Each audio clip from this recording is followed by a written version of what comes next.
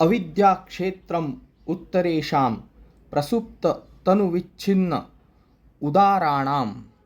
पतंजलि जी अपने साधनपाद के चौथे सूत्र में कहते हैं अविद्या क्षेत्रम उत्तरेशम प्रसुप्त तनुविच्छिन्न उदाराणाम। इसका मतलब जो भी हमारे क्लेश है वो चार स्थितियों में रहते हैं, चार अवस्था में रहते हैं। यह है प्रसुप्त अवस्था, नाजुक अवस्था, विच्छिन्न अवस्था और उदार अवस्था। इन चारों का वर्णन पतंजलि जी ने कहा है।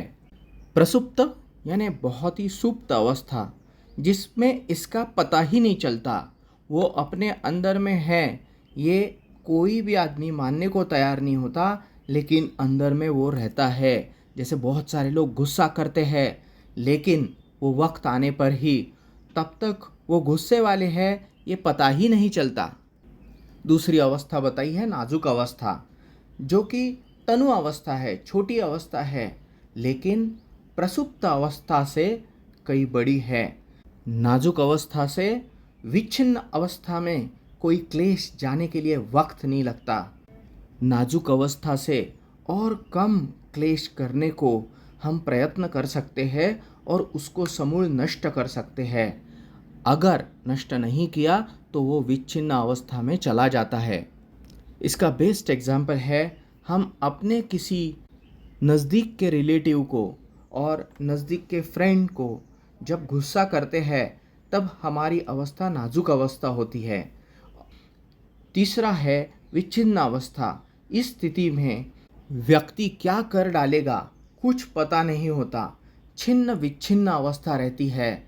उसमें यह क्लेश, फॉर एग्जाम्पल राग, यह जो क्लेश है जब विच्छिन्न अवस्था में पहुंचता है तो यह व्यक्ति कुछ भी बकबक करने लगता है, कभी कोई भी कृति करने लगता है, कभी कोई भी चीज़ फेंकने लगता है। यह विच्छिन्न अवस्था है। और सबसे बड़ी अवस्था है उदार अवस्था, यानी जो अवस्था में कोई कंट्रोल ही नहीं रहता। आपके क्लेश के कंट्रोल में आप कंप्लीटली चले जाते हो, आपके ऊपर कोई कंट्रोल नहीं रहता, क्लेश आपके ऊपर हावी हो जाता है। इसीलिए ये 4 स्टेजेस ऑफ क्लेश पतंजलि जी ने बताए हैं कि आपको जानने की कोशिश करना चाहिए इन चारों क्लेशों को कैसे तनु करना है। इन क्लेशों की अवस्था जानने के लिए ही पतंजलि जी ने ये कहा है अपने साधनपाद के चौथे सूत्र में अविद्या क्षेत्रम उत्तरेशम प्रसुप्त तनुविच्छिन्न उदाराणाम।